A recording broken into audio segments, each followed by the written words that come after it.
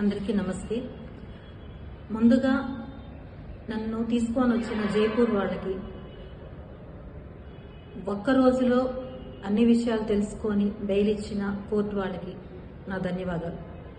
I really thanks to Jaipur police and judgment. తిరుపతిలో ఇప్పుడు ఏదైతే ట్రోల్ అవుతుందో way to way news or అందర్ ఛానల్స్లో, అదే విధంగా అయ్యుంటే ఈ కేసులో 45 నుంచి 60 రోజులు బెయిల్ అనేది రాదు. ఈ ఒక్క రోజులో వాళ్ళు తీసుకొచ్చిన ఒక్క రోజులో వాళ్ళు మొత్తం ఇన్వెస్టిగేషన్ చేసి ఇందులో నాది ఎటువంటి ఇది లేదు, పాత్ర లేదని తెలుసుకొని వాళ్ళు ఒక్క రోజులో నాకు బెయిల్ ఇవ్వడం జరిగింది.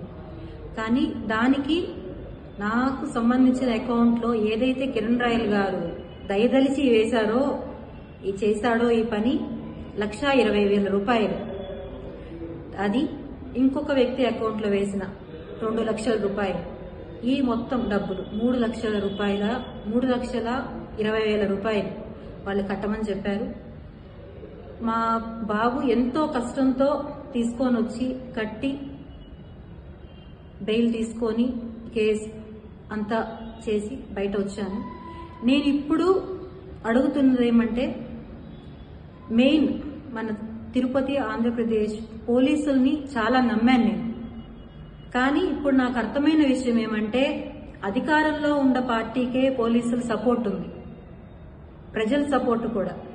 పవన్ కళ్యాణ్ గారిని నేను అడుక్కున్నాను, నాకు చాలా అన్యాయం జరిగింది, ఒక అన్నగా మీరు నాకు నిలబడండి, ఆడపడుచు సమస్య అంటే నిలబడతానన్నారు, నిలబడండి అని అర్థించాను, చేతులెత్తి నమస్కారం చేశాను.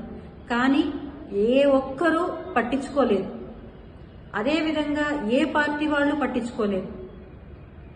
చెప్తున్నారు ఆ పార్టీ వాళ్ళు వస్తున్నామని చెప్పారు, ఈ పార్టీ వాళ్ళు వస్తున్నామని చెప్పారని. ఎవ్వరు రాలేదు. నా 2 పిల్లలు ఎంత నలిగిపోయారో, ఎంత ఇబ్బంది పడ్డారో అది భగవంతుడికి తెలుసు.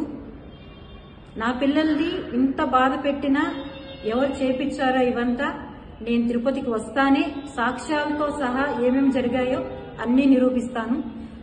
And way to way news ద్వారా ఎవరైతే ఇవన్నీ ట్రోల్ చేపిస్తున్నారో వాళ్లపైన కేసు నమోదు చేయబోతున్నాను. అండ్ నాకు సపోర్ట్ చేస్తున్న ఎంతో మంది మహిళలకి రియల్లీ థ్యాంక్స్.